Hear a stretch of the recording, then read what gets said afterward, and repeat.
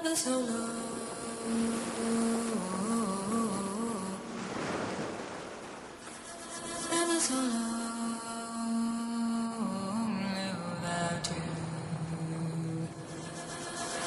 spied the throwaway bride first from the seat of my kayak. She was walking along the seawall in the town of Komija on an island far off the coast of Croatia. Dressed in a flowing white wedding dress, she tested the Adriatic with one toe, gingerly. Clutching a bouquet of flowers in one hand, a big orange buoy in the other, she pitched herself into the sea. I was taken aback, but not completely surprised. The winds had been blowing hard for more than a week, and locals had warned us that the winds here could drive people mad. Yesterday, Hugo, that makes a little bit crazy. Each has a name: Tramontania, Levant, Ostro, Kulinat, Lebic, the Mistral. Each arrives from a different direction, sometimes simultaneously. Our daily companion is the Hugo, the wind from the south. Long before there was Yugoslavia or Croatia, in the days of the Dubrovnik Republic, during the long weeks of the Hugo, it was agreed that no contracts could be signed, and that lesser punishments be meted out for crimes, because everyone knew the Hugo made people unpredictable. I'm convinced, on this beautiful, sunny, windy, Adriatic day, that's what's happened to our throwaway bride. The wind has simply driven her into the sea.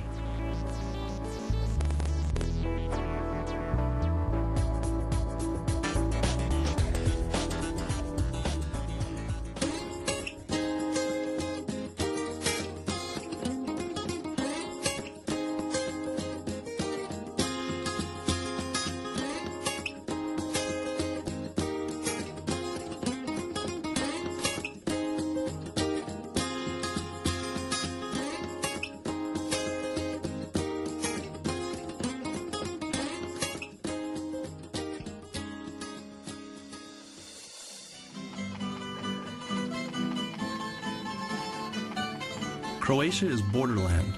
The country lies on the geographical margin between Central Europe and the Balkans, between the Mediterranean and continent, between the Byzantine East and the Latin West. The country curves around Bosnia in a narrow arc in the shape of a crescent moon or a boomerang. At no point is Croatia more than a few hundred miles wide. In most places, it's much less.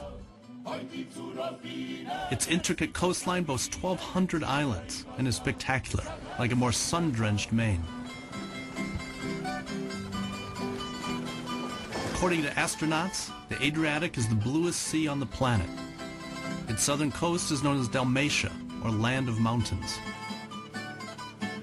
During 5 weeks, we would kayak 400 miles, staying in the islands off the coast, leaving from Sadar, arriving in Dubrovnik.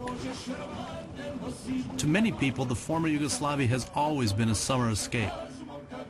Recent wars have sullied that image.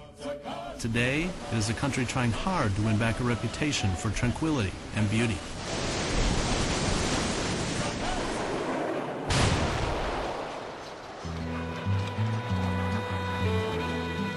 Croatia's recent fight for independence has been over for roughly 10 years.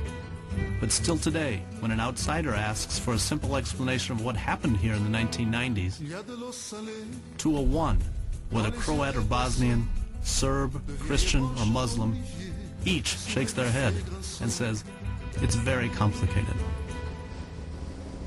A pair of old friends introduced me to the country. Željko Kelemen is the father of adventure travel in the country. He understands the transition from communism to democracy better than anyone, having straddled both worlds for many years.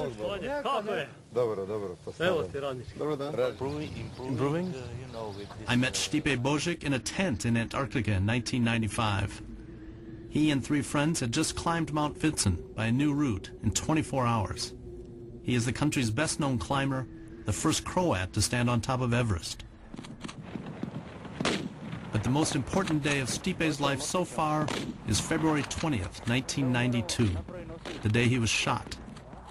He was guiding Croat irregular army members through the mountains near Split, where he had climbed since he was a boy.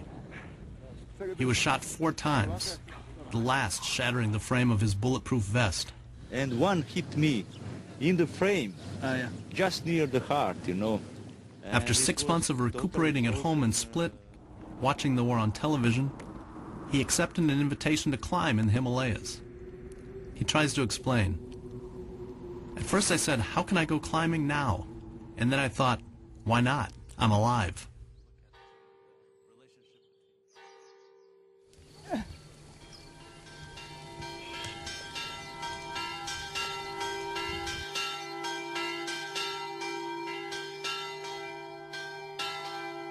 Our adventure is blessed at the 700-year-old Krupa Monastery by 29-year-old Serbian Orthodox priest, Father Gravilo. We're going to paddle down the nearby Zermania River to the sea, and I invite him to come along. He is extremely tempted. But it's Sunday, a work day.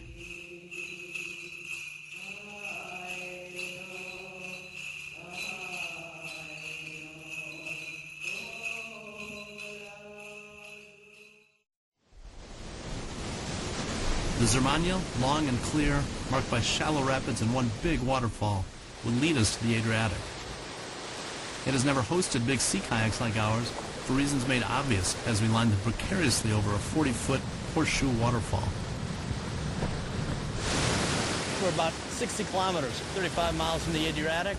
Should be there in a couple hours. And from there, it's 5 weeks on the Dalmatian coast in the 1,200 islands that line the Adriatic.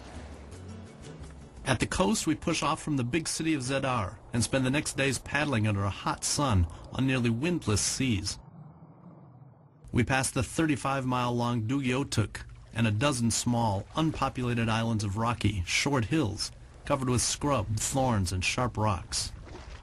The beauty of paddling here, despite that it is a labyrinth, is that you are never out of sight of a next island, or 2, or 3. Our 5th day on the sea, we wake up far off the coast, in the heart of the island national park called Kornati, in the shade of a 6th century church and a pair of olive trees. I look out over the national park, 140 islands. Most are brown and barren, stripped of trees by fire and greedy Venetians who needed the wood to build Venice. Each is marked by long stone walls, divvying them into neat geographic parcels. Above the simple church's door, in black script, is painted the motto, Queen Mother of the Sea, pray for us.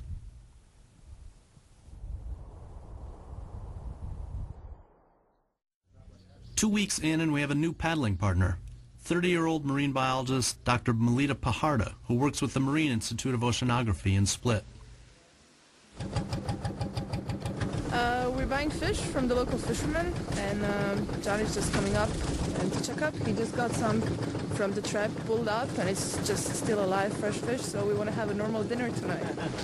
Melita will paddle with us to the big islands of Brač and Hvar and serve as a guide to the marine life in what appears to be a very pristine Adriatic. How is the health of the sea? It's quite good? The Adriatic is still one of the pristine areas in Mediterranean, so it's pretty clean. Yeah. The problems are mostly of local characters. Near the big cities? Near the big cities or like in a smaller harbor, very localized. The irony is the sea here is both fish-rich and at risk of being overfished. International waters sit just 2 miles off the coast, and each night we see long lines of trawlers fishing mostly for sardines, swordfish, and tuna. Officially, there are 410 species of fish in the clear waters, but that number is dwindling. The World Wildlife Federation believes it is urgent to establish a network of marine protected areas, in part because a healthy marine life is also good for tourism. It has proposed banning all fishing in waters up to 150 feet throughout the Mediterranean.